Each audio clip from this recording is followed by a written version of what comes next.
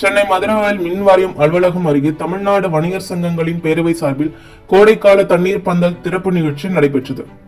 இதனை வணிகர் சங்க பேரவைத் தலைவர் சவுந்தரராஜன் பங்கேற்று திறந்து வைத்தார். இதில் மோர், தர்பூசணி, வெள்ளரி உள்ளிட்ட குளிர்ச்சி ஊட்டக்கூடிய பொருட்களை பொதுமக்களுக்கு வழங்கினார். இனி வரும் நாட்களில் தினமும் இங்கு பொதுமக்களுக்கு மோர் வழங்கப்பட உள்ளது. இந்த நிகழ்ச்சியில் சங்கத்தின் தென் சென்னை மாவட்ட தலைவர் துரைமாணிக்கம், செயலாளர் ஜெயமுருகன், ஆலப்பக்கம் சங்க தலைவர் மூர்த்தி, மதுரவாயில் மார்க்கெட் சங்க தலைவர் சாத்தையா மற்றும் ராஜசேகரன் உள்ளிட்ட ஏராளமானோர் கலந்து கொண்டனர். பின்னர் செய்தியாளர்களிடம் பேசிய சவுந்தரராஜன், தமிழக அரசு வணிக உரிமத்தை புதுப்பிப்பதற்கான கால அவகாசத்தை மே மாதம் இறுதி வரை நீட்டிருப்பதை வரவேற்கிறோம். அதே சமயம் சென்னை மாநகராட்சி தரப்பில் இருந்து அமலாக்கத்துறை என்ற பெயரில் சிறு வணிகர்களின் கடைகளுக்கு வந்து 500 ரூபாய் முதல் 5000 ரூபாய் வரை அபராதம் விதிக்கின்றனர். இதை தமிழக அரசின் கவனத்திற்கு கொண்டு சென்ற பின்னர் மாநகராட்சியின் அமலாக்கத்துறை வருகையை சற்று குறைத்தனர். ஆனால் தற்போதும் அது தொடர்கிறது. இதனிலை தொடர்ந்தால் வணிகர் சங்க பேரமைப்பு சார்பில் மாநகராட்சி தலைமை அலுவலகத்தை முற்றுகையிடுவோம். பழங்களில் ரசாயனம் செலுத்துவது உள்ளிட்ட தவறு இருந்தால் உணவுத்துறை அதிகாரிகள் நடவடிக்கை எடுக்கலாம். அதே சமயம் கூடவே ஊடகங்களை அழைத்துக் கொண்டு சென்று விளம்பரம் தேடுவது சரியல்ல.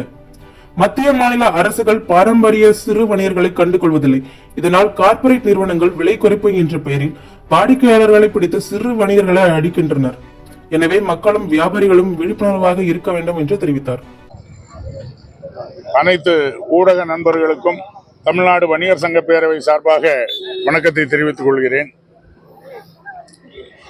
தமிழ்நாடு அரசு வணிக உரிமம் புதுப்பிப்பதற்கான காலக்கெடுவை மே மாதம் வரை நீட்டித்திருப்பதை தமிழ்நாடு வணிகர் சங்கங்களின் பேரவை சார்பாக நன்றி தெரிவித்துக் கொள்கிறோம். அதே நேரத்தில் சென்னை மாநகராட்சியால் அமலாக்கத்துறை என்போர்ஸ்மெண்ட் என்ற பெயரில் ஆங்காங்கே சிறு வணிகர்களை 500 முதல் 5000 வரை அபராதம் விதிக்கிறார்கள். இதை ஏற்கனவே தமிழக அரசு கவனத்திற்கு கொண்டு சென்றிருக்கிறோம். அதை தொடர்ந்து என்போர்ஸ்மெண்ட் வாகன நடமாட்டத்தை கொஞ்சம் குறைத்தார்கள். ஆனால் முழுமையாக நிறுத்தப்படவில்லை.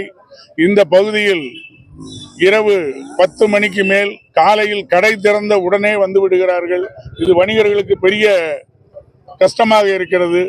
இதை தமிழ்நாடு அரசும் சென்னை மாநகராட்சி ஆணையாளர் அவர்களும் பரிசீலனை செய்து அமலாக்கத்துறை நடவடிக்கையை நிறுத்த வேண்டும் என்று தமிழ்நாடு வணிகர் சங்கங்களின் பேரவை சார்பாக கேட்டுக்கொள்கிறோம்.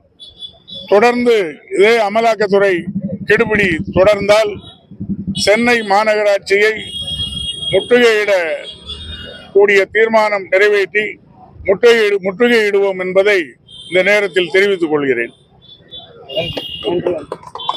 அதாவது தவறு இருந்தால் நடவடிக்கை எடுக்கலாம். இல்ல விளம்பரத்துக்காக ஏதாவது ஒரு டிவியை கூட்டு போய் வணிகர்களையும் விவசாய பொருள்களையும் சேதமடைய செய்வது நல்லதல்ல. அதாவது ஆன்லைன் வணிகத்தையும் கார்ப்பரேட் நிறுவனங்களையும் மத்திய மாநில அரசுகள் தான் வளர்க்கின்றன. அவர்கள் பாரம்பரிய சில்லறை வணிகத்தை கண்டுகொள்வது இல்லை. அதன் காரணமாக கார்ப்பரேட் நிறுவனங்கள் இன்று தற்போது விலையை குறைத்து கொடுப்பதாக தெரியும். ஏன், நமது கண் முன்னால் ஒரு உதாரணம். கோக் பெப்சி வந்த பொழுது 300 மில்லி கோக் பெப்சியை 3 ரூபாய்க்கு கொடுத்தார்கள். அப்பொழுது நம்முடைய குளிர்பான கம்பெனிகளின் விலை 8 ரூபாய். அப்பொழுது அவர்கள் 5 ரூபாய் குறைத்து வியாபாரத்தை பிடித்தார்கள். இன்று அவர்கள் குறைத்து கொடுக்கிறார்களா என்றால் அவர்களால் குறைத்து கொடுக்க முடியாது.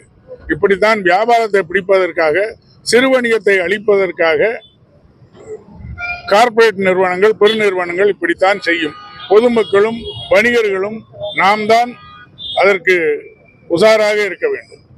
இதுகளை உண்மைத்தன்மையுடன் உடனுக்குடன் தெரிந்து கொள்ள தி கிரேட் இந்தியா நியூஸ் சேனலுக்கு சப்ஸ்கிரைப் செய்து எங்களுடன் இணைந்திருங்கள். எப்போதும்